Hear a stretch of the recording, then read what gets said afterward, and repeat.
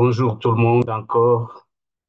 Je suis Monsieur Mathias Morabou-Bouchiri, expert en PCI et OSH, manager de programme SCPCI.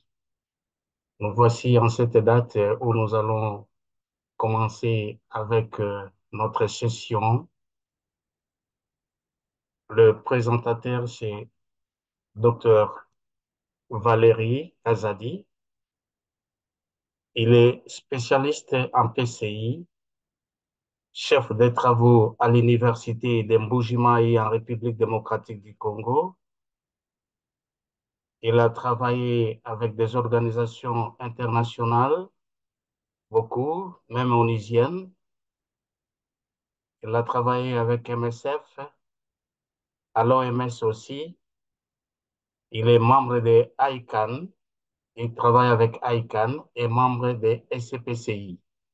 Alors, avant de donner la parole au docteur Valérie pour son exposé, nous voudrions ce que, comme d'habitude, nous puissions nous présenter nous tous. Permettez que nous commençons avec Docteur Emmanuel Mbouyi, s'il pourrait se présenter.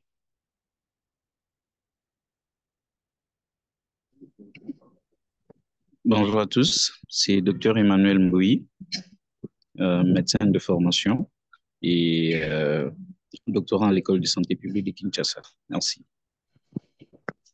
Merci. Nous demandons à Monsieur Assoumane Alphonse Conan de se présenter aussi.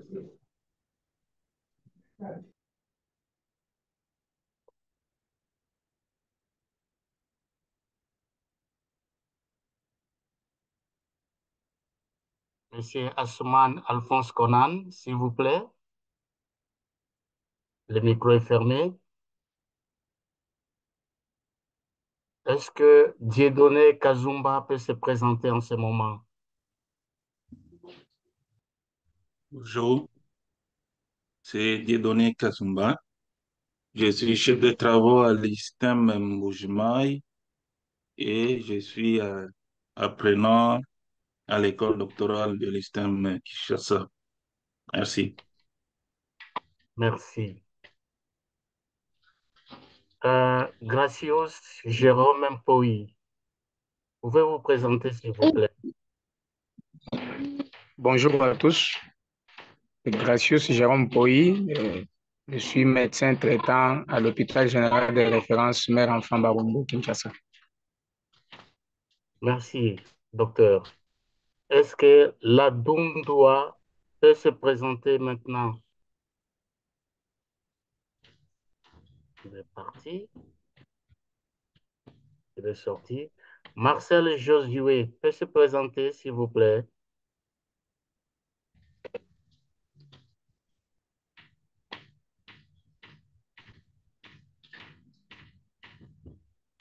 Marcel Josué, si vous pouvez ouvrir votre micro, si vous pouvez vous présenter.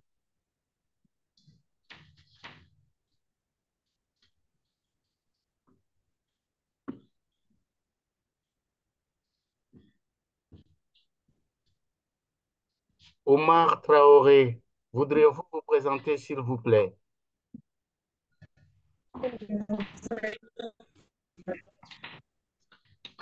Alors, bonjour, c'est Dr Oumar Traoré, médecin santé publique chargé de la planification à la direction communale de santé de Kaloumati.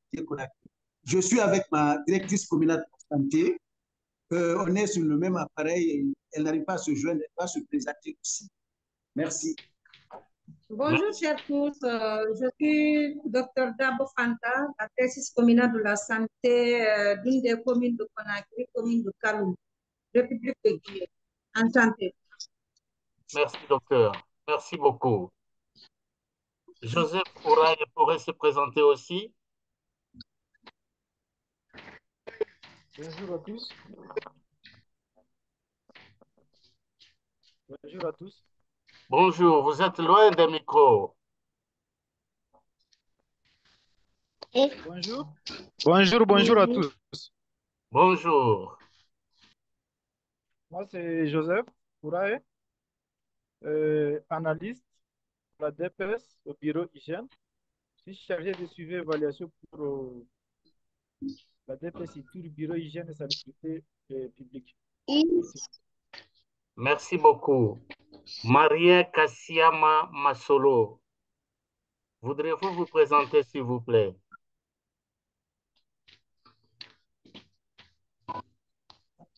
Oui, merci. Moi, c'est Dr Marian Kassiama. Je suis médecin urgentiste au programme national des urgences et actions humanitaires en République démocratique du Congo. Merci. Merci, docteur. Est-ce que Yapo Guillaume Agoussi peut se présenter aussi?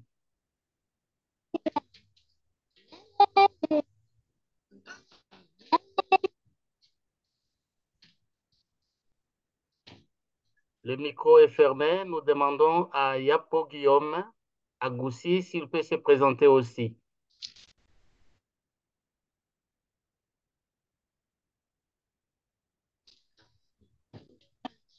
Nous demandons à Teko Monovi s'il peut se présenter aussi.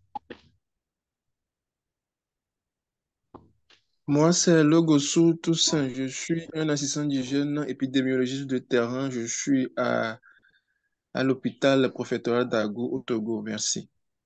Merci beaucoup. Demandons à Kanika de se présenter aussi. Bonjour à tous, je suis Kanika, je travaille avec Ecoland, je suis exécutive ici. Merci. Merci beaucoup, madame. Est-ce que nous demandons à Boula Ali de se présenter?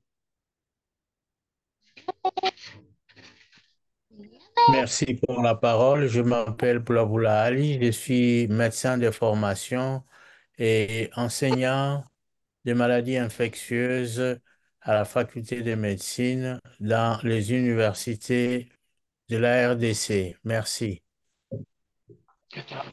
Professeur, nous voici, chers collègues, ici. Le thème du mois, c'est PCI et infection respiratoire. Le sujet qui nous sera développé par Dr Valérie Kazadi, comment prévenir la pneumonie associée à la ventilation mécanique. Docteur Valérie, à vous la parole. Merci.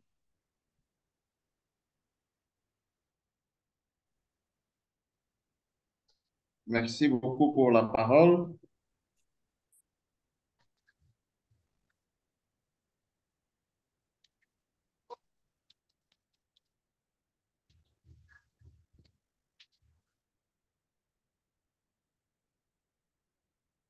Avant-midi, dépendant du fuseau horaire, partager la science et essayer de pouvoir justement pousser loin notre connaissance et essayer de pouvoir partager des expériences.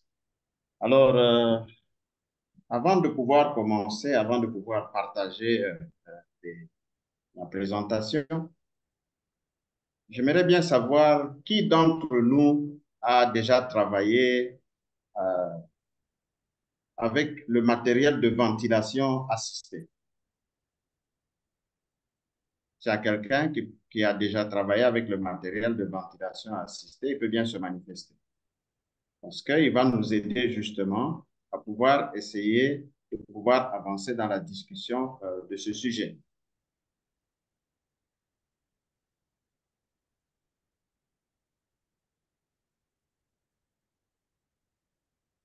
La personne peut même lever la main. Ne vous en faites pas, il n'y a pas de question piège, c'est juste seulement connaître.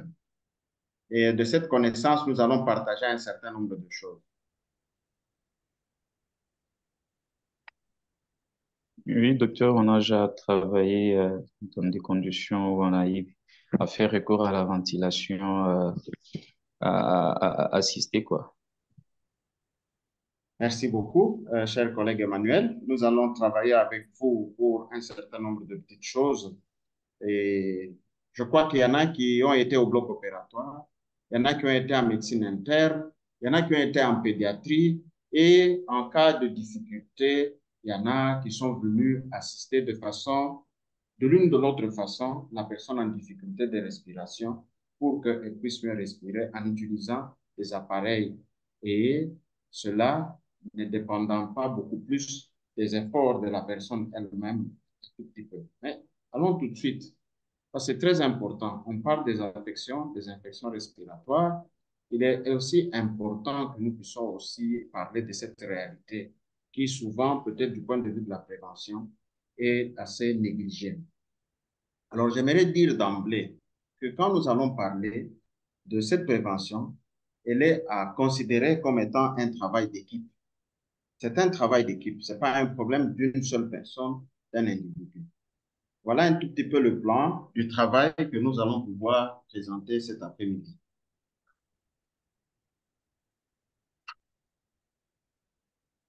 Alors, qu'est-ce que la ventilation mécanique? Quelle est l'épidémiologie de la pneumonie associée à la ventilation mécanique, la ventilation assistée? Et quelles sont les mesures PCI qui peuvent être associées à cette ventilation mécanique? Et enfin, nous allons avoir la conclusion ensemble. Ce n'est pas beaucoup de choses, et cette présentation viendra beaucoup plus de nos contributions.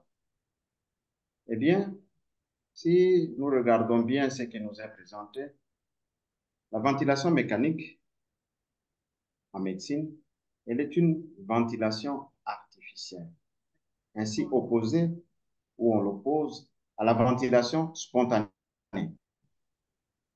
Elle est là pour pouvoir suppléer ou assister la respiration spontanée à l'aide d'un respirateur artificiel, communément les ventilateurs.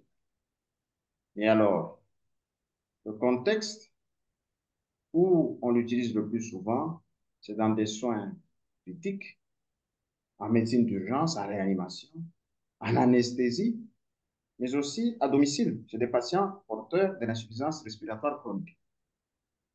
D'ailleurs, durant la COVID, nous avons vu qu'il y en a qui se sont achetés ou procurés des machines, qui les ont assistés ou qui ont assisté des proches à pouvoir essayer d'améliorer leur respiration.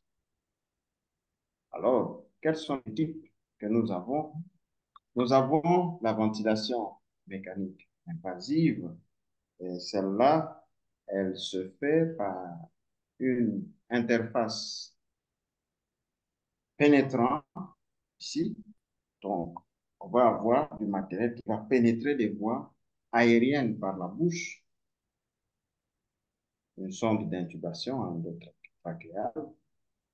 Nous avons vu de certains qui en font passer aussi par la voie de la trachéotomie au niveau de la peau.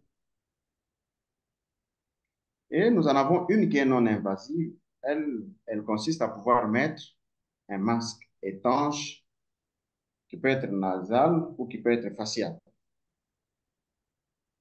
Alors, il y a plusieurs types d'équipements qui sont utilisés. Alors, la ventilation ici invasive, si elle se fait par l'interface pénétrant des voies aériennes par la bouche, une sonde d'intubation endotrachéale par la peau, il faudra dire que la majorité des ventilateurs sont à pression positive. Parce que on a ici la ventilation à pression positive et celle à pression négative. Je l'ai dit, ici, l'air est poussé dans la trachée dans celle à pression positive. Tandis que celle à pression négative, qui est même celle de départ au début des techniques de ventilation mécanique, mais elle est restée rare maintenant, elle reste toujours d'application. Ici, on va tout simplement utiliser les efforts de poumon. Le poumon va pouvoir inspirer lui-même pour pouvoir faire entrer de l'air à l'intérieur, tandis que de l'autre côté, dans celle qui est invasive, on pousse les gaz au niveau, ou le mélange des gaz, au niveau des voies respiratoires. Alors, c'est des machines, c'est des choses que les uns les autres manipulent. C'est dans un certain environnement, de surcroît hospitalier ou à domicile. Donc, nous pouvons avoir une exposition à certains dangers. Nous pouvons avoir des complications. Alors, cela étant dit, il est idéal qu'une question soit posée à chacun d'entre nous. À quoi est-ce qu'on peut s'attendre comme risque qui peut arriver lors de cette ventilation mécanique si nous l'avons comprise, si nous l'avons comprise après cette description? Y a-t-il quelqu'un qui peut bien nous dire quels sont les risques que l'on peut courir, quels sont les dangers qui peuvent arriver. Oui, docteur Valérie, si je peux parler. Allez-y.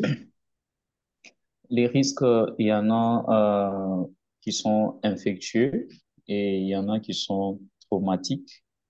Par exemple, lors de la ventilation invasive, dans le risque infectieux, c'est que avec l'utilisation de tout ce qu'il y a comme matériel pour permettre à cette personne qui a une difficulté respiratoire de respirer, lors de l'intubation, par exemple, on peut, au travers les matériels, apporter les germes de l'extérieur vers l'intérieur du malade en passant par la voie respiratoire. Et les risques traumatiques, ce sont des lésions. Par exemple, je prends le cas où on peut faire une trachéotomie. Si on n'est pas habitué à le faire ou si on ne maîtrise pas la technique, on peut passer outre et causer des dommages à la personne. Voilà un peu les quelques risques potentiels que je peux identifier jusque-là. Merci. Merci beaucoup, chers collègues. Il est arrivé qu'on puisse avoir même des effractions des alvéoles. Ça existe parce que les choses n'ont pas été bien calculées. Et les gens n'ont pas pris les mesures qu'il fallait par rapport aux pressions qu'il fallait, hein, pour qu'on y arrive.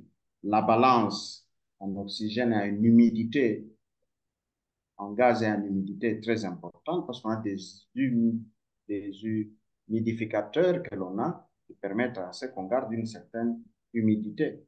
Et cela est très important. L'hygrométrie, qui est la mesure de l'humidité dans un environnement, est très importante et ces choses-là sont monitorées par des enseignants. Donc, nous n'allons pas nous focaliser sur les risques, les autres risques et les risques infectieux. Alors, voyez un peu dans quel environnement on peut se trouver. Ça, c'est un des environnements dans lesquels on se trouverait. Et dans cet environnement, je ne sais pas si ma souris est visible. Oui, oui, on peut l'avoir. Vous voyez toute cette machinerie qu'il y a autour. Vous voyez autour du cou de ce personnel qui est entré ici, il y a un badge probablement qui lui a permis de pouvoir ouvrir la porte. On voit l'environnement immédiat du patient, on voit l'environnement lointain du patient avec des zones de haut contact tactile où on touche à plusieurs reprises, on vient. Cela est très possible que l'on puisse amener des germes. On peut prendre des germes même du patient qui sont localisés à d'autres endroits et les ramener justement vers la voie respiratoire.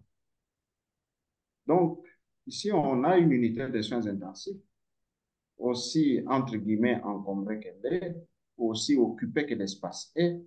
Il y a toujours des risques que l'on puisse avoir quelque chose. Et loin, quand nous regardons, nous pouvons voir là-bas comme si nous avons un système d'exsanguinotransfusion.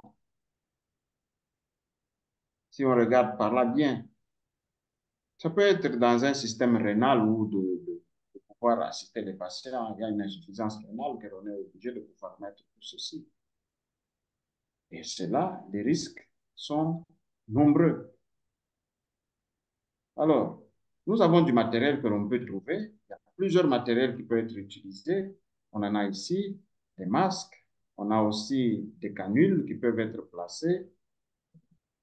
Je crois qu'il y en a qui reconnaissent celle-là. On l'appelle encore comment?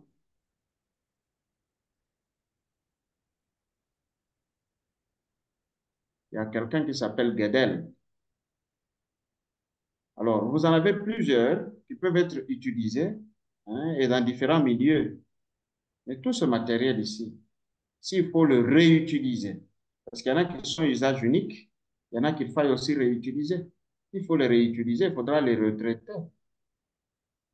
Chers collègues, on ne va pas tout simplement parler des sondes que l'on placerait pour aller dans une voie respiratoire. Mais on peut aussi regarder un patient qui probablement a une hépatite qui se transmet par les sécrétions, notamment la salive, un type d'hépatite que nous connaissons très bien. Et si ce matériel n'est pas retraité, on peut exposer d'autres gens qui viendraient, d'autres patients qui viendraient pouvoir faire cette infection ou attraper cette infection.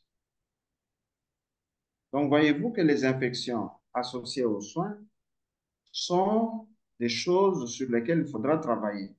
Et dans ce contexte, on ne va pas seulement se focaliser sur les infections qui sont directement liées à la voie respiratoire.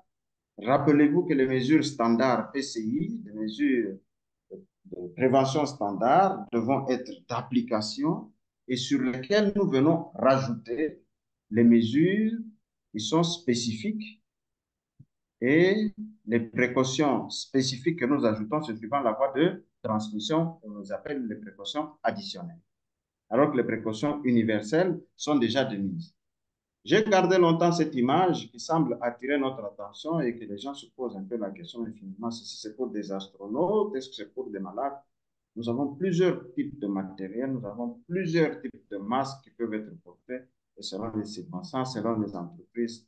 Et cela est très important à connaître. Chaque matériel à utiliser a aussi des mesures pour pouvoir désinfecter, pour pouvoir décontaminer et réduire le risque si c'est du matériel à réutiliser pour le prochain malade. Et dans les pays à ressources limitées, nous nous retrouvons dans cette difficulté parce que nous pouvons avoir justement du matériel et nous n'avons pas de protocole de pouvoir décontaminer, qu'il faille en développer qui permettrait à ce qu'on puisse réduire le risque parce qu'on n'a pas suffisamment de moyens. Alors, voici ce même environnement dans lequel nous nous trouvons. Et vous voyez, par exemple, pour la trachéotomie, le risque qui est celui-là peut-être de pouvoir amener une infection tout simplement du fait qu'on n'a pas respecté une bonne asepsie, de façon à pouvoir faire cette trachéotomie comme il se doit, de façon sécure. Alors, cela étant dit, nous nous retrouvons donc avec du matériel de plusieurs types, je m'excuse, avec du matériel de plusieurs types. Avec du matériel de plusieurs types, on a par exemple le circuit du patient ici. Ce matériel, quand il est utilisé, il peut être infecté. Et c'est du matériel à usage unique, là où on doit le retraiter, le recycler. Il est très important que des protocoles puissent être écrits. J'ai bien dit tout à l'heure que dans la prévention de cette infection, dans la prévention de ces infections, on a besoin d'appliquer d'abord les précautions standards sur lesquelles on va ajouter d'autres précautions. Alors, dans cet environnement où nous sommes, on peut facilement infecter ce tube. Et ce tube, quand on va le réutiliser chez un autre patient, là où nous avons des ressources qui sont limitées, nous pouvons prendre une infection d'un patient, ramener à un autre patient. On va en discuter. Alors, une pneumonie associée aux soins est microbiologiquement confirmée et a été donc définie comme une pneumonie avec un micro-organisme qui est isolé au sein des échantillons respiratoires ou même dans les hémocultures chez un patient avec suspicion d'une infection pulmonaire. Donc, on dit ici qu'elle est confirmée. On va prendre les germes, on va prendre les échantillons qu'on va envoyer au laboratoire. Nous étions dans une suspicion et nous confirmons finalement cela, cette infection pulmonaire, par les examens de laboratoire que les germes sont venus le dire. Si on n'a pas une confirmation, on peut en avoir les signes, mais on peut écrire que voilà, ça a été une forte suspicion d'une pneumonie associée à la ventilation, si nous avons utilisé cette ventilation-là. C'est très important. Ici, nous avons utilisé les différentes méthodes de ventilation et nous pensons que le patient a dû acquérir justement cette infection. Alors, l'épidémiologie, je n'ai pas voulu mettre beaucoup trop de chiffres pour dire dans tel pays, dans tel pays, dans tel service, dans tel service. Mais j'aimerais tout simplement dire de façon générale que le risque de la pneumonie par rapport à son épidémiologie, donc sous ventilateur, est au plus haut pendant les 10 premiers jours après l'intubation. Et les plus précoces, comme on dit ici, arrivent en moins de 5 jours et les plus tardifs au-delà de 5 jours. Donc, la pneumonie sous ventilation assistée est observée chez 9 à 27% des patients sous ventilation mécanique à pression positive à l'air ou à un mélange de gaz qui est poussé dans la trachée. Chers collègues, c'est un taux élevé. Quand on a 9 à 27%, c'est quand même une très forte prévalence. Alors, quels sont les pathogènes qui sont responsables? Les entérobactériacées, que l'on peut rencontrer, les Staphylococcus aureus, que nous connaissons tous être un germe qui reste tout à fait en permanence sur la peau de Pseudomonas aeruginosa, l'Acinobacter baumannii, qui est assez dangereux celui-ci parce que on a dû noter qu'il était même résistant à beaucoup d'antibiotiques. Je disais que c'est très important que nous puissions connaître ces germes et que nous puissions avoir un laboratoire qui nous accompagnerait dans le sens de la surveillance qui est très importante de ces infections. Le caractère donc précoce est associé à un plus grand nombre de staphylocoques méticilline sensibles, des Streptococcus pneumoniae et d'Haemophilus influenza. Donc, ces germes-là se retrouvent parmi ceux-là qui causent cette pneumonie de façon précoce. Et on a aussi une infection polymicrobienne dans 30% des cas.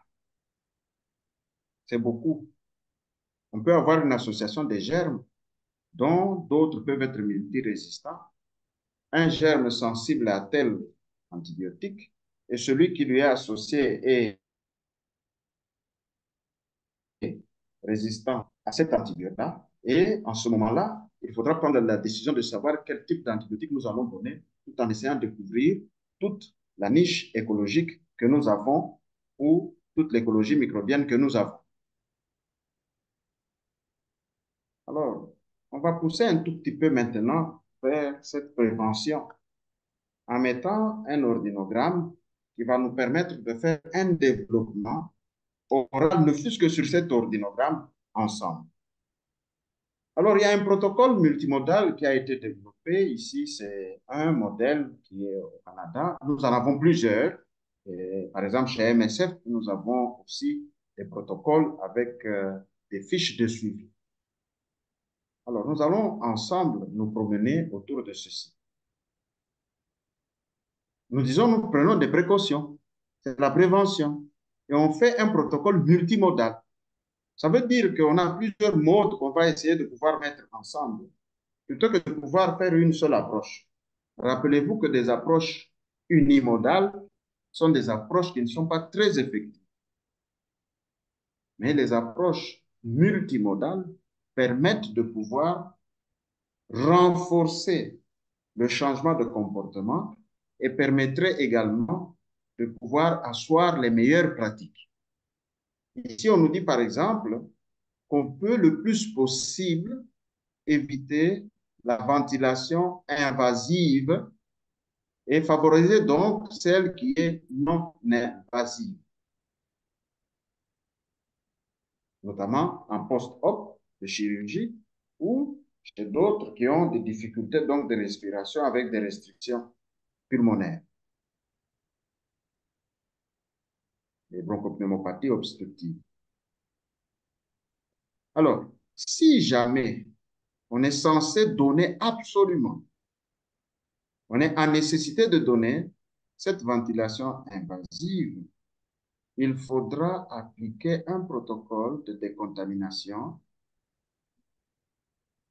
et c'est très important, digestive, sélective, avec une antibiothérapie systémique. Chers collègues, c'est très important. Et nous devons tenir compte justement de tous les aspects des niches écologiques et savoir aussi le type de germes, le type d'antibiotiques et le cours qu'il faudra utiliser. J'aimerais rentrer pour dire ceci: si absolument on est obligé de faire une ventilation invasive. Rappelez-vous, là, nous allons introduire le tube à l'intérieur. Rappelez-vous que autour de la ventilation mécanique, nous avons la non-invasive. Et pour la non-invasive, nous allons voir aussi qu'il y a des éléments plus bas. Alors, je disais que il faudra associer les méthodes suivantes en première intention. Favoriser donc le recours à la ventilation non invasive et éviter l'intubation.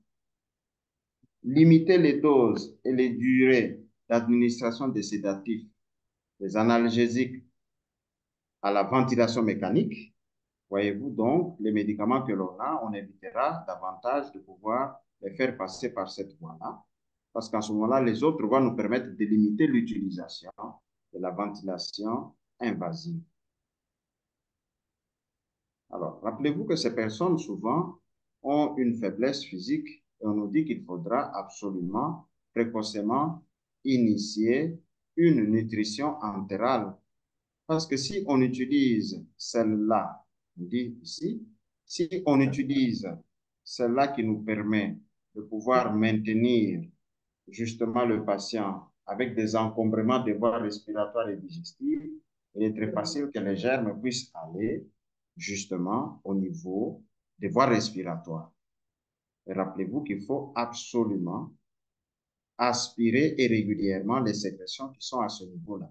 Les techniques des soins infirmiers nous permettent en ce moment-là de pouvoir assurer un certain contrôle et un dégagement des voies respiratoires et digestives hautes. Et on nous dit ici, contrôler régulièrement la pression des ballonnets et de la sonde endotrachéale pour la maintenir dans les normes. Parce que rappelez-vous, quand on met là-dedans, il y a un ballonnet qui nous permet de pouvoir maintenir l'étanchéité. Et on nous dit qu'il faudra réaliser, nous avons dit, des aspirations sous-glottiques, 6 à 8 heures, à l'aide d'une sonde endotrachéale adaptée. Et il faut préférer la voie orotrachéale pour l'intubation. Chers collègues, il y a les soins buccaux qu'il faudra appliquer. Et c'est très important. On nous dit que la décontamination oropharyngée devra bien se faire. Et on nous dit, par exemple, on peut utiliser la chlorhexidine, 0,12 ou 0,2%. Et il y a plusieurs autres solutions qui peuvent être utilisées de façon à pouvoir régulièrement nettoyer la bouche. J'ai dit tout à l'heure que sur cette plage, nous allons essayer de pouvoir développer beaucoup. Mais permettez-nous d'aller à la prochaine de façon à ce que nous puissions avoir une idée complète. Une idée complète de ce qui doit faire et de ce qui ne doit pas être fait. Qu'est-ce qu'il faut le plus éviter? C'est la continuité de ce qui est au-dessus. C'est notamment éviter la trachéotomie précoce systématique, donc hors de son indication spécifique. Éviter la prophylaxie anti-ulcéreuse hors de ses indications spécifiques. On nous dit d'éviter la nutrition entérale post-pylorique hors de son indication spécifique. Alors, on nous dit ici, c'est très important d'éviter l'utilisation ou l'administration des probiotiques. Évidemment, les probiotiques, vous les voyez, nous les utilisons généralement lorsque la flore microbienne au niveau digestif a été déséquilibrée. Nous amenons des bactéries qui viennent donc des probiotiques qui viennent en addition pour pouvoir essayer de pouvoir équilibrer la flore bactérienne au niveau des intestins ou du tube digestif. Alors, le changement précoce hors recommandation du constructeur, donc c'est très important donc au niveau des filtres d'humidification, il faudra normalement les changer systématiquement, mais il faudra respecter les règles pour ces changements. Je précise que les filtres d'humidification que nous avons, ou les filtres humidificateurs que nous avons, quand nous faisons un entretien de ces machines, nous écrivons la date d'entretien et nous écrivons également la date de la prochaine entretien, ou du prochain entretien, je m'excuse. Pourquoi? Parce que ces filtres peuvent être saturés, ces filtres reçoivent aussi des germes et ces filtres doivent être changés. S'il existe des filtres qui peuvent être retraités, ce qui est rare, eh bien, ils doivent l'être en fonction des normes du constructeur. Mais les filtres doivent être changés régulièrement. Parce que dans ce circuit-là, le prochain malade qui viendra, il pourra recevoir des germes qui viennent aussi de ces filtres. C'est très important. Alors, je disais qu'il y avait plusieurs solutions que l'on pouvait utiliser. Vous voyez ici qu'on peut bien dire qu'il faudra éviter la décontamination oropharyngée à la polyvidone iodée.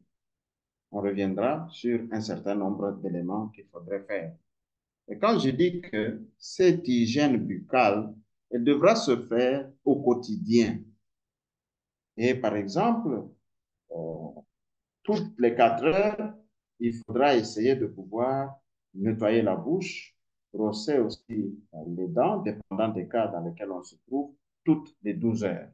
Et toutes ces choses, quand on pose ces actes, on les écrit dans la fiche du patient ou sur un formulaire de suivi donc, de ce patient, particulièrement par rapport au respect donc, de ce que nous avons comme bundles. Les bundles, ça veut dire que nous avons tout un ensemble de procédures qui nous permettent de pouvoir essayer de réduire les risques infectieux. Alors, chers collègues, ceci est très important. Aussi, on nous dit qu'il faudra que nous puissions penser à pouvoir éviter le plus possible l'antibioprophylaxie par les aérosols. Vous voyez, l'antibioprophylaxie que nous utilisons en général, ça veut dire qu'on fait une administration des antibiotiques. Il faudra qu'elle se fasse suivant les normes pour éviter de pouvoir créer des résistances qui puissent arriver. Mais également, quand on fait cette antibioprophylaxie par les aérosols, on est obligé de pouvoir multiplier l'utilisation de cette intubation-là. On peut trouver d'autres voies d'administration des antibiotiques.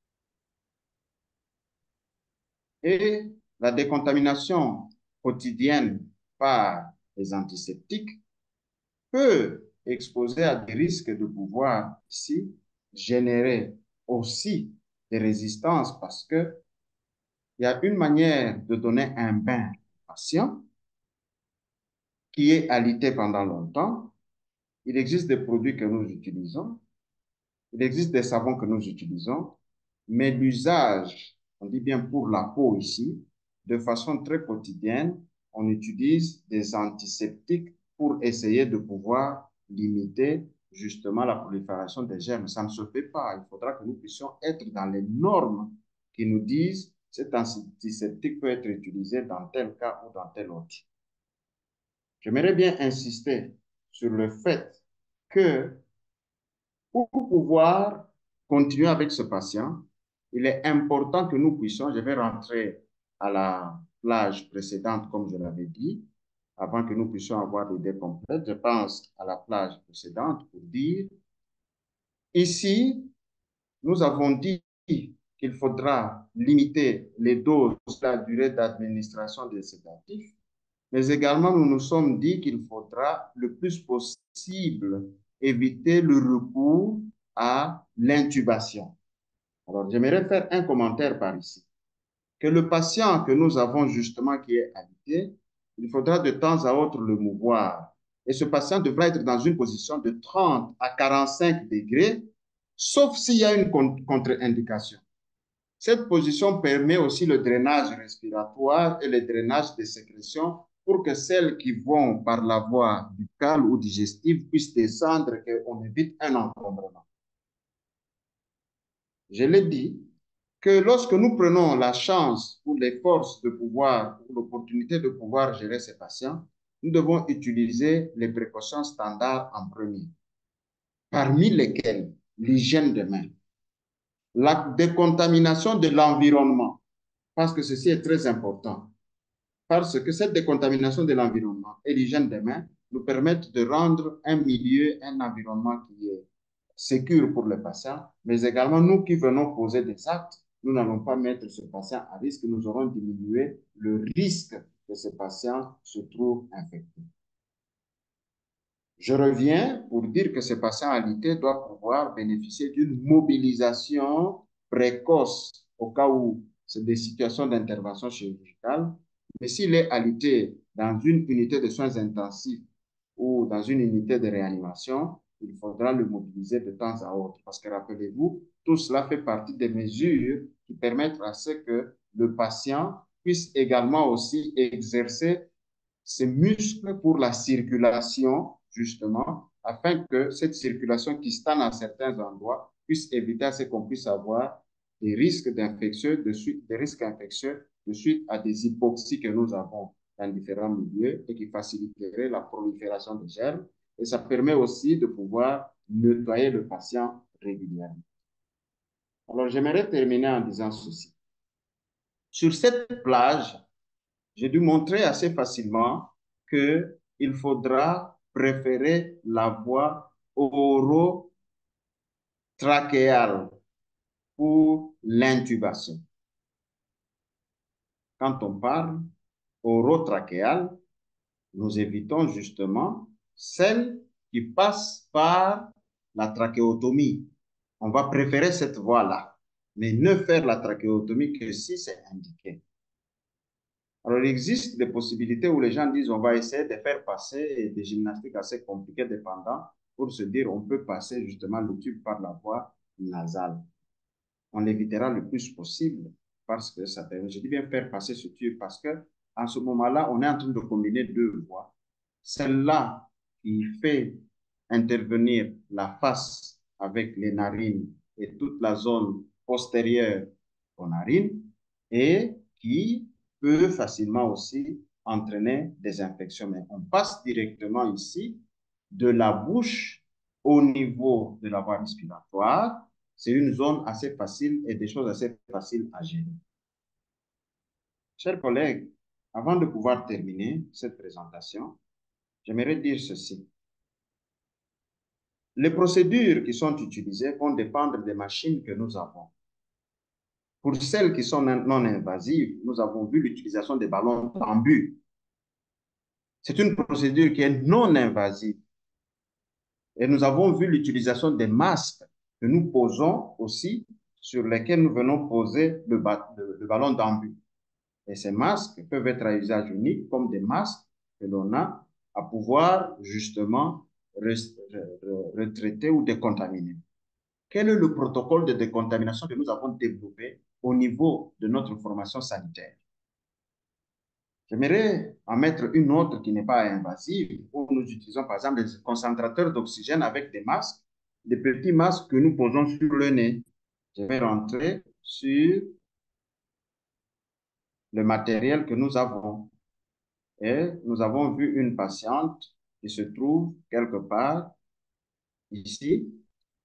Voilà, j'aimerais rentrer par là. Non, non. Celle-là.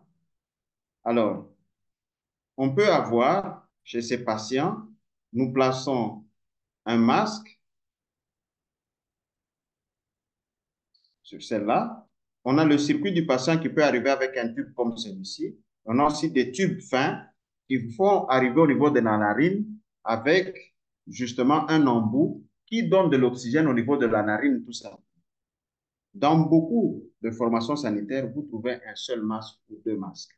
Qu'allons-nous faire pour pouvoir réutiliser ces masques? Un protocole devra être conséquemment développé pour la réutilisation qui est déconseillée de ces masques, mais dans notre milieu à ressources limitées, nous devons bien mettre un protocole qui permet de pouvoir d'abord décontaminer ces masques-là, probablement à l'eau et au savon, ou probablement utiliser un autre produit avant de pouvoir passer à un type de désinfectant qui est là. Parce qu'on va éliminer d'abord les différents produits qui peuvent peut-être agir sur le chlore si nous utilisons le chlore. Mais ce chlore, quand on l'a utilisé, il faudra aller rincer pour le faire partir parce qu'il est toxique. c'est des éléments que nous mentionnons tout simplement en passant parce que le protocole devra être développé selon les ressources que nous avons dans notre milieu et de pays à pays ou suivant, et ça doit être validé parce que les méthodes pour pouvoir retraiter ces instruments doivent être validées et on doit en évaluer les risques pour ne pas exposer non plus les patients à la toxicité des produits qui ont été utilisés. J'aimerais aller vers la fin à ce niveau-ci pour dire si nous nous sommes dit qu'il faudra limiter et éviter le plus possible ce qui a été écrit ici, tout ce qui a été mentionné, nous devons essayer de pouvoir travailler en équipe parce que c'est un travail en équipe. Ceux qui travaillent à la stérilisation, ceux qui travaillent au niveau de ces soins ici et l'équipe de surveillance qui nous permettra de pouvoir monitorer la présence de tels germes et tels germes dans le milieu afin de pouvoir isoler le patient en cas de nécessité et le matériel qui est utilisé pour le patient, qui a par exemple le Bowmani dont nous avons parlé, Acinetobacter baumannii, un isolement obligatoire devra être fait de façon à éviter parce que même les patients, même le personnel de santé peut en être infecté. Et conséquemment, les équipements de protection individuelle doivent être portés conséquemment aux risques évalués dans cette salle d'isolement. Chers collègues, chers amis, je peux marquer ma pause ici quant à la présentation et en ce moment-là, nous allons essayer de nous livrer au jeu des questions et réponses. Et éventuellement, si cela est possible, on pourrait montrer les protocoles que je n'ai pas dû montrer ici de certaines organisations puisque je ne suis pas autorisé à pouvoir les mettre comme ceux de MSF qui sont assez intéressants et qui sont dans la pratique que les institutions peuvent aussi utiliser et développer également des outils pour pouvoir suivre ces patients et suivre également l'évolution des pathologies et des actes que l'on pose afin de pouvoir se réaliser si acte 1, acte 2, acte 3 ont été posés. Et quand on les pose pas, quand on vient faire une évaluation, quand on vient faire une enquête, on peut bien dire au personnel de santé pourquoi ceci n'a pas été coché sur l'outil de suivi de ces actes posés. Et en ce moment-là, ça permet de pouvoir forcer le personnel à pouvoir remplir ces documents lors des feedbacks ou des retours d'informations que l'on donnera en cas de non-suivi de tel ou tel autre nom. Merci beaucoup pour votre attention. Merci. Merci beaucoup, Dr Valérie, en tout cas pour cette brillante présentation. Nous demandons aux collègues qui ont suivi, à celui qui a une préoccupation, celui ou celle qui a un commentaire à faire, soyez les bienvenus. Maintenant, nous donnons la parole à l'auditoire.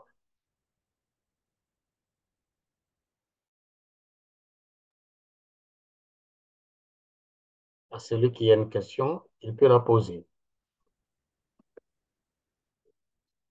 Allô, bonjour.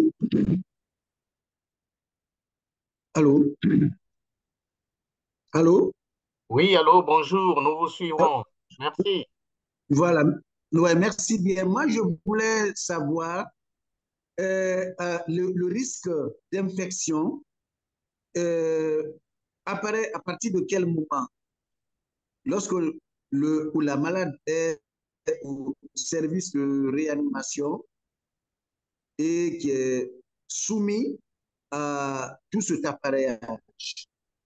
Le risque est plus élevé à partir de quel moment? Après 1 mois, 2 mois, malgré les précautions standards que l'on pourrait prendre. Merci. Oui, docteur Valérie, je pense que vous avez suivi docteur Traoré pour sa préoccupation. À vous, docteur Valérie.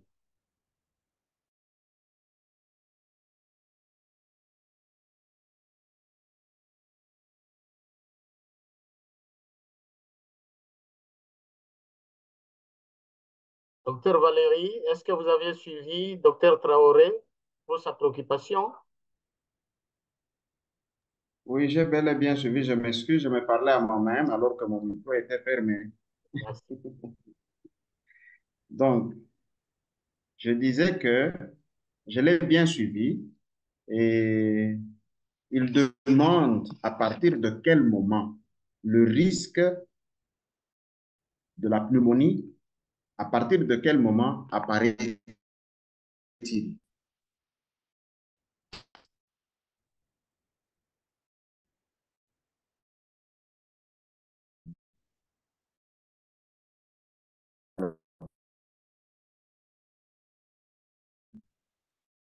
Il y a un problème de connexion avec Dr Valérie. Et le possible qu'on a la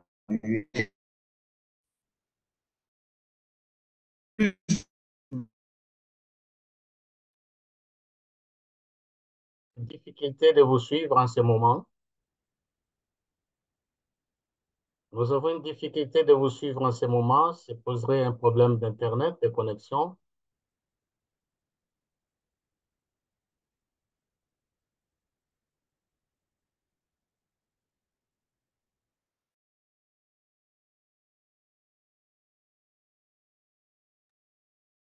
Euh, alors, professeur Boulaboula, si vous me suivez, est-ce que vous pouvez essayer d'intervenir, s'il vous plaît?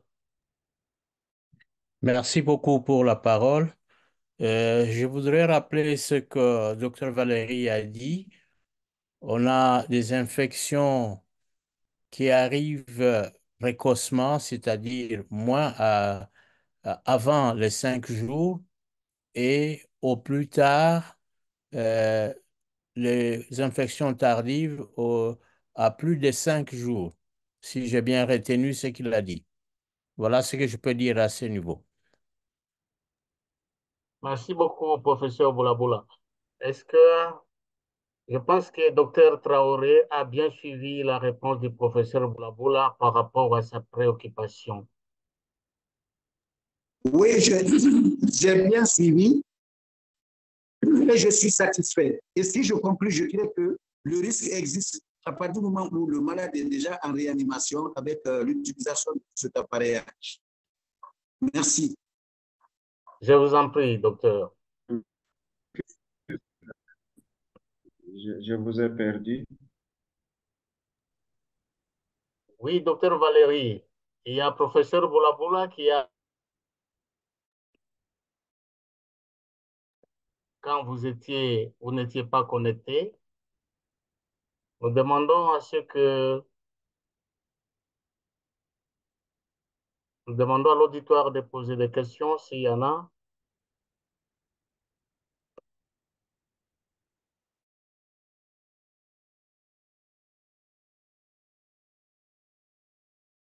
Questions.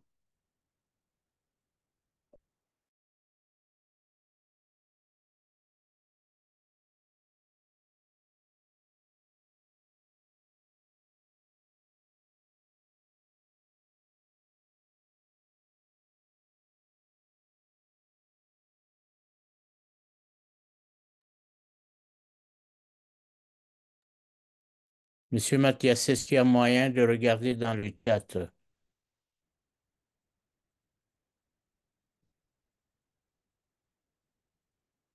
Monsieur Mathias,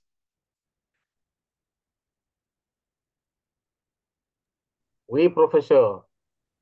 Je vois dans le il chat. y a, oui, Monsieur Constant Doumé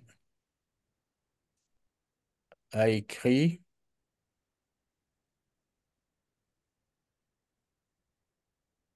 Merci beaucoup pour la présentation et pour les recommandations à ce qui concerne les embouts, échangeurs thermiques.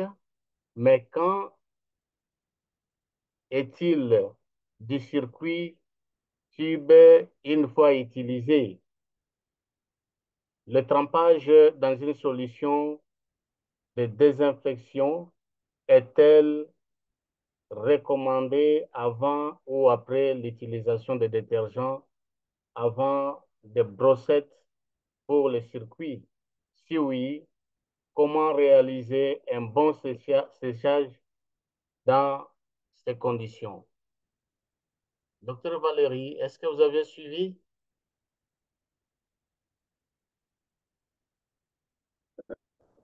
vous pouvez sur la question, s'il vous plaît.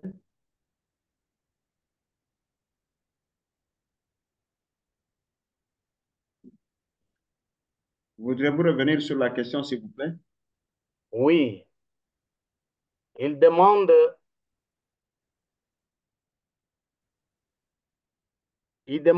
merci. Il a dit, la présentation est bonne. Quelles sont les recommandations concernant les embouts, échangeurs thermiques?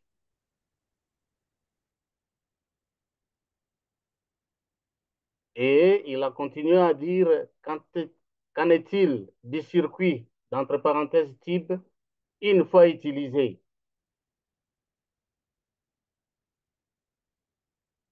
Voilà sa question.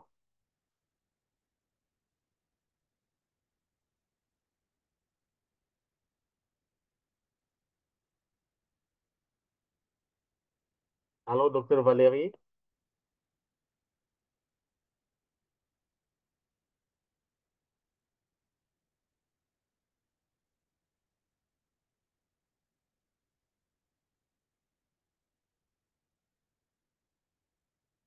Professeur Boulaboula, est-ce que vous me suivez? Oui, je vous suis. Ouais, c'est comme si docteur Valérie n'est pas avec nous maintenant. Oui, quant à la préoccupation du docteur Ghislain, je pense que le matériel à usage unique peuvent être utilisés, mais dans le cas de réemploi de matériel, il faut suivre les recommandations du fabricant. Et si on peut les mettre dans les désinfectants tels qu'il les demande et que ça peut résister à ces produits chimiques sans conséquences pour le malade, oui, mais si cela n'est pas permis, le risque de mettre en danger le malade est là. Je suis un habitué des produits dans l'endoscopie digestive. Ces produits, on peut mettre pour quelque temps pour les autres germes, par exemple, mais quand on doit tremper l'endoscope pour éviter la transmission de BK, par exemple, il faut tremper l'endoscope plus à 1 heure ou plus. Mais pour les autres matériels à usage unique, il faut respecter dans nos conditions où nous n'avons pas autant de matériel à utiliser une fois sur le malade et jeter. Si on peut le réutiliser, il faut suivre les recommandations du fabricant. Voilà ce que je peux dire comme réponse. Merci beaucoup, professeur. Est-ce que docteur Emmanuel Mbouy a quelque chose à ajouter par rapport à votre expérience?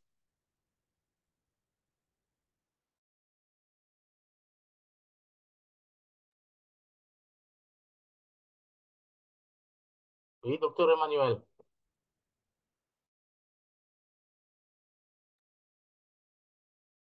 Voilà. Euh, Chers collègues, chers participants, je ne sais pas s'il y a encore quelqu'un qui peut avoir un petit commentaire par rapport à notre sujet d'aujourd'hui, comment prévenir la pneumonie associée à la ventilation mécanique. Et s'il n'y a plus d'intervenants, nous demandons à ce que le participant puisse compléter notre lien d'évaluation. Monsieur Mathias, il y a encore dans le chat la question posée par Madame Rassoulouba. Elle pose la question de savoir quelle méthode de désinfection est appropriée pour les matériels réutilisables. Oui, professeur, je vois la question. Oui. Alors, y a-t-il quelqu'un qui pourrait Oui, te donner... je peux répondre. Merci, professeur. Oui, le matériel réutilisable, puisque c'est déjà utilisé, le mot réutilisable, on doit d'abord et absolument le nettoyer convenablement. Alors, si ce matériel peut être trempé dans des désinfectants ou selon les types, c'est qu'on dispose, il peut l'être. Mais si ce matériel peut être stérilisé, là, il faut suivre les recommandations du fabricant. Parce qu'il y a du matériel qui ne peut pas résister à la chaleur. Il y a du matériel qui peut s'abîmer à cette chaleur. Tout dépend. Une stérilisation à la vapeur. Alors, toutes ces indications sont à contrôler sur les recommandations du fabricant. Donc, premier pas, nettoyer le matériel convenablement. Et ensuite, le désinfecter ou le stériliser. Voilà la méthode qu'on peut suivre. Merci. Merci, professeur.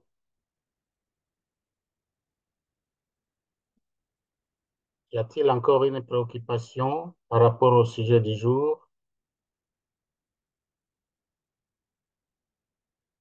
Vous pouvez lever la main ou soit vous écrivez dans le chat.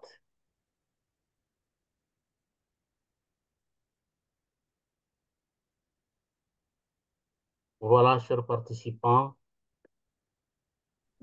Je m'excuse. Oui. Mon Internet a été rétabli. Il faut dire que j'ai eu une coupure et cela m'a handicapé. Peut-être il y a une préoccupation à laquelle j'étais en train de répondre. Les autres, merci aux panélistes qui ont répondu aux préoccupations, probablement que je n'ai pas fini. Je voulais juste signaler que il faut tirer très attention par rapport au temps de survenue du risque. Nous rappelons que le risque, nous le prenons déjà avant, le risque d'exposer le patient est là avant. Tous les actes que nous posons exposent les patients à ces risques-là. Maintenant, quand est-ce que ça va apparaître? Nous ne savons pas quand est-ce que ça va apparaître. Nous avons des apparitions précoces. On a dû dire moins de 5 jours. Il y en a qui sont un peu plus tardifs, au-delà de 5 jours. Mais on dit bien que le plus souvent, c'est dans les 10 jours que cela arrive. Mais rappelons-nous qu'il y a beaucoup de choses qui doivent être changées régulièrement. Il y en a qui ont demandé, par exemple, pour ce qui est du circuit, par exemple, quand est-ce qu'il doit être changé? On dit au maximum, toutes les 72 heures, on devra changer le circuit de façon à ce qu'on puisse essayer d'en mettre un autre qui est nouveau. Et c'est les filtres donc des circuits. Et cela est très important. Malheureusement, nous n'avons pas tous ces moyens, nous n'avons pas tous ces équipements. Nous avons adopté une technologie pour laquelle nous n'avons pas les moyens d'entretien et les moyens de pérennisation. Donc, cela est très important que nos systèmes puissent essayer de pouvoir s'adapter par rapport donc à ça. Et peut-être pour pouvoir terminer, j'aimerais bien dire que le risque que cela puisse apparaître dépendra aussi des conditions qui sont liées au patient lui-même.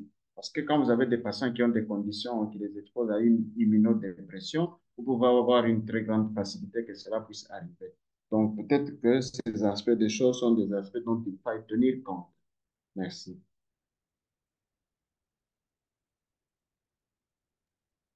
Merci beaucoup, docteur Valérie. J'avais aussi une petite préoccupation. Est-ce qu'en cas d'urgence, la réanimation bouche à bouche peut être qualifiée aussi comme une ventilation mécanique? Merci. je crois même dans le bouche à bouche tel que nous faisons, même si nous soufflons, nous essayons de pouvoir, oui, mais il faut dire qu'elle ne peut pas être considérée comme mécanique en termes de tous les calculs. Nous tentons, oui, elle peut être liée parce que nous insufflons là-dedans, mais elle n'est pas classiquement placée dans dans les bouches à bouche. Et rappelez-vous que nous profitons aussi de cette opportunité, hein, pour essayer de pouvoir relancer cette respiration-là, qui n'est pas très bonne chez le patient et chez qui vous avez eu un arrêt. Vous soufflez tout simplement là-dedans et qu'on pousse pour que ça puisse aussi reprendre. Mais on ne pourra pas la classer dans une mécanique comme telle. Merci.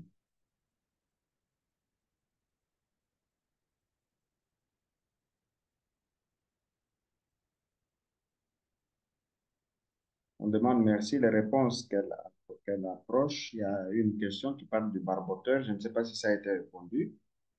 Merci les réponses qu'elle approche pour le barboteur et son nom pour une personne sous oxygénothérapie. J'aimerais dire tout de suite qu'il faut utiliser de l'eau distillée qui est stérile. C'est très important. De l'eau distillée et qui est stérile. Parce que rappelez-vous que le barbotage qui arrive, c'est que nous allons prendre de l'humidité sur cette eau et sur cette eau-là, vous pouvez avoir également des germes qui peuvent s'y développer. Il est important que nous puissions avoir de l'eau distillée qui est stérile. Cela est très important.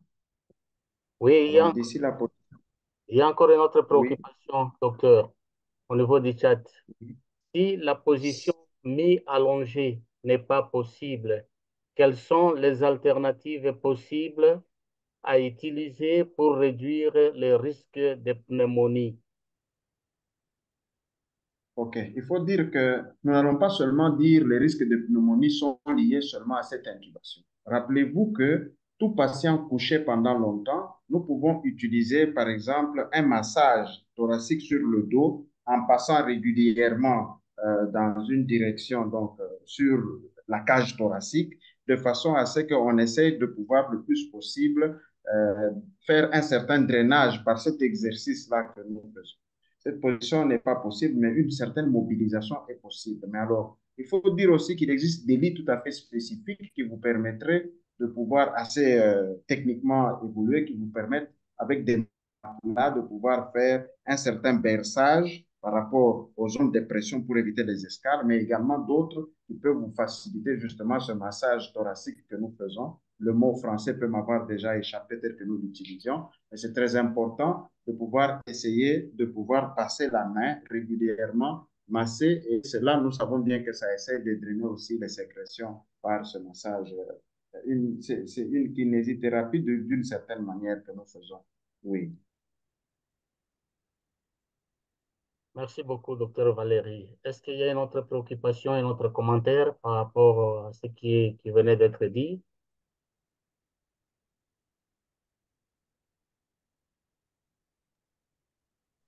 Je voudrais euh, intervenir à ce qu'avait dit le présentateur, docteur Valérie, sur le protocole, qu'il qu'il faille noter ce qu'on fait quand on a posé tel geste ou quand on a donné un médicament, il faut écrire. Je voudrais commenter là-dessus qu'il faut écrire, c'est pour, concernant les médicaments par exemple, c'est pour la mémoire oublie. On peut oublier et on redonne 2 fois ou plusieurs fois le même médicament au-delà des indications. Cela va nuire au patient. Mais maintenant, avec ce qui arrive, les poursuites judiciaires, quand il y a un accident, la justice va se pencher sur les écrits.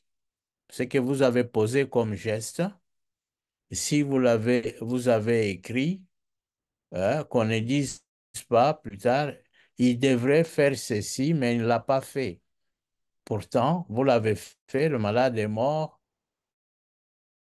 d'une autre cause et non pas parce que vous personnel de santé, vous n'avez pas posé le geste qu'il fallait. Mais si vous l'avez écrit, ce geste, vos écrits vont vous sauver d'une certaine manière. Voilà ce que je voulais ajouter sur l'importance d'écrire et sur les fiches des malades, tout ce que nous faisons. Merci. Merci, professeur. C'est un rappel très important, ce que vous venez de dire là-bas. Merci vraiment. Oui, y a-t-il encore une préoccupation? Je voudrais rajouter à ce que le professeur Ali a dit, du point de vue médico-légal, très important, mais aussi du point de vue d'une enquête. Quand nous venons faire une enquête pour déterminer d'où viendrait probablement la source de cette infection. Rappelez-vous que nous utilisons un laryngoscope, par exemple, et les lampes de laryngoscope doivent être hautement désinfectées et il y en a qui peuvent être stérilisées selon le type que l'on a. Donc, nous allons passer ces choses-là, quand nous posons des actes et des instruments que nous utilisons, nous marquons quelque part. Cela permet que quand nous viendrons dans une enquête, en cas de survenue d'une infection donnée, nous puissions savoir probablement d'où vient cette infection-là. Donc, noter est très important. Cela, d'ailleurs, nous sécurise parce que ça nous permet nous-mêmes de pouvoir vérifier nos connaissances. Et quand nous avons les modes opératoires qui ont été couchés quelque part ou affichés quelque part, que nous puissions nous-mêmes regarder jusqu'à quel degré nous nous conformons à cela, à quel pourcentage nous nous conformons à cela. Tel acte a été posé. Et dans la fiche de surveillance ou de suivi des actes que nous posons, nous allons pouvoir cocher, pas pour faire plaisir à l'un ou à l'autre, mais pour pouvoir nous sécuriser nous-mêmes et sécuriser le patient, parce que nous vérifions que nous avons posé un acte qui est utile pour le patient, sécurisant pour le patient, sécurisant pour nous-mêmes. Merci. Merci beaucoup, docteur Valérie. Voilà. Je pense que nous devons remercier sincèrement docteur Valérie et tous les participants. Mais nous rappelons encore qu'il y a une évaluation à faire dans le chat à ceux-là qui n'ont pas encore fait. Aussi, nous demandons au professeur Boula, le PCA de SCPCI, de donner une communication par rapport aux webinaires qui vont suivre. À vous, professeur. Merci beaucoup, monsieur le modérateur. Je remercie tous les participants pour les efforts qu'ils fournissent à être au rendez-vous chaque vendredi. Cela nous réconforte et nous pousse à travailler encore dur pour que cette messe, comme l'appelle le docteur Valérie, puisse se tenir chaque vendredi. C'est-à-dire les échanges que nous avons entre nous, ça nous enrichit.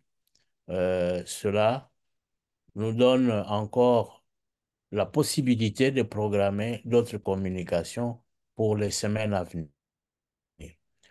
Nous souhaitons continuer avec le même thème la semaine prochaine, et, si possible, pour parler de la prévention, hein, avec la prévention par la voie aérienne et éventuellement que nous puissions parler des masques, hein, des types de masques ou autres types de prévention. Mais si nous avons un orateur qui peut nous parler d'une autre infection respiratoire la semaine prochaine, nous pouvons repousser euh, ce sujet à la dernière semaine, au dernier vendredi du mois de juillet.